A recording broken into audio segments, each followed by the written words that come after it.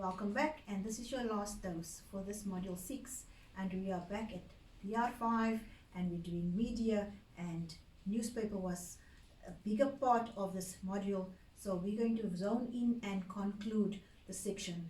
We have different newspaper terminology, the sketches that you need to have in mind as a public relations officer, so that when you have a press release that you take into consideration where you're going to place your statement, where you're going to put your article, so that it is seen or targeted that segment that you want the information get across to that specific audience. So you know that there's a headline. Headline is the main part, and it's usually bolded. That appears in the beginning of every article. For example, TechCrunch debut in the magazine. Okay, that would be the headline. It has a dateline at the beginning of the article that gives you an exact date as to when specific article was written and about where this article was taking place. So the dateline, you have even the time there, 23rd of October, and it was from the New York, which was the prominent place of that specific article that was under the main article. Flag, the name of the newspaper as it appears on the front of the page. So that's the Advocate, also would be the Daily Dispatch, you get the Graucats, you get the Herald, etc.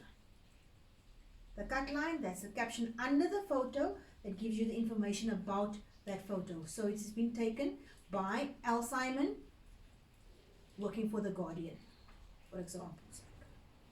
And that's Debbie Sewell with Amanda and Brody there, and both girls have been diagnosed with cancer, etc. And the picture was taken by Lindsay Muscat. Index, listing of the main parts of the newspaper and where they appear in that edition, and the index in the textbook right in front when you're doing your assignments. There's a table of contents, which is the index that I want you to do, that it's in front, that you say where, on which part or page a specific part is found. Usually the bottom corner, left of the newspaper. Byline, writer's name at the beginning of the article, who is writing that article, which journalist is writing that article, or which professor, etc. wrote that article for that specific column.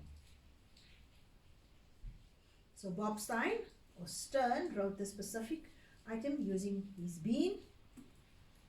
Lead is the first paragraph of the story that gives the information, who, what, when, and where did the specific noteworthy information or news took place. Okay, I always find it as the first paragraph, as a lead beginning paragraph. The news article that includes the important information. So if I ask you to write a news article, it will be about current news. If I ask you to write an obituary, it will be an article about a person's life that has passed. So there's many news articles there. Storm loss, 300 million. A feature article that is more informal and has a personal appeal to the reader. And there you have people updating the certificates, etc. Little Kaylee joins fight against the airport. The editorial page, that would be the article written by the editor of the newspaper, what the editor of the magazine will write his insert and opinions about various peoples and topics.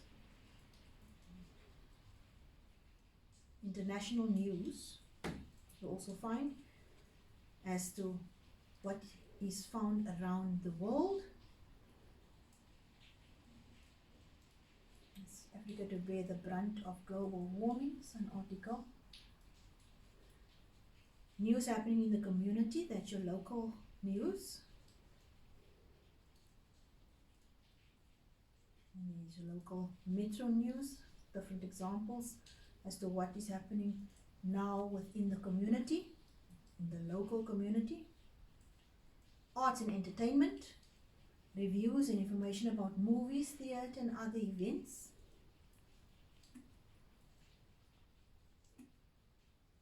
The business and classified section, there you will find jobs wanted, jobs offered. You find the obituary, anything that is of a formal business nature you'll find in those columns in the newspaper. Sports,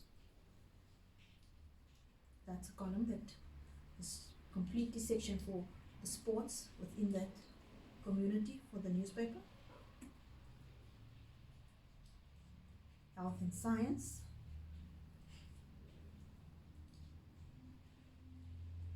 And obituaries I spoke about.